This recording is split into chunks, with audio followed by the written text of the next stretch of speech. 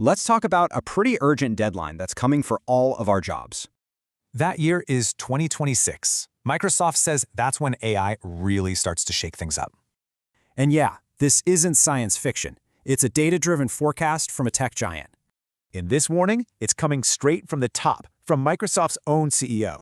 So how do they know? They analyzed thousands of real interactions with their Copilot AI. They created this AI applicability score. A high score basically means AI can do your job. The study flagged about 40 jobs at a high risk. Some you'd expect. Others, not so much. And here's the real kicker. Even modern tech jobs aren't safe from this. Get this, AI is coming for data scientists, the very people who build it. And it's not just them. Writers, historians, even customer service reps are on the list. So what's the common thread here? What connects all these different jobs? Well, Microsoft's study found a really clear pattern, and it's not what you might think. Basically, if your job is heavy on language, analysis, and processing info, you're vulnerable. And the thing is, this timeline is shrinking fast. This isn't some far-off future.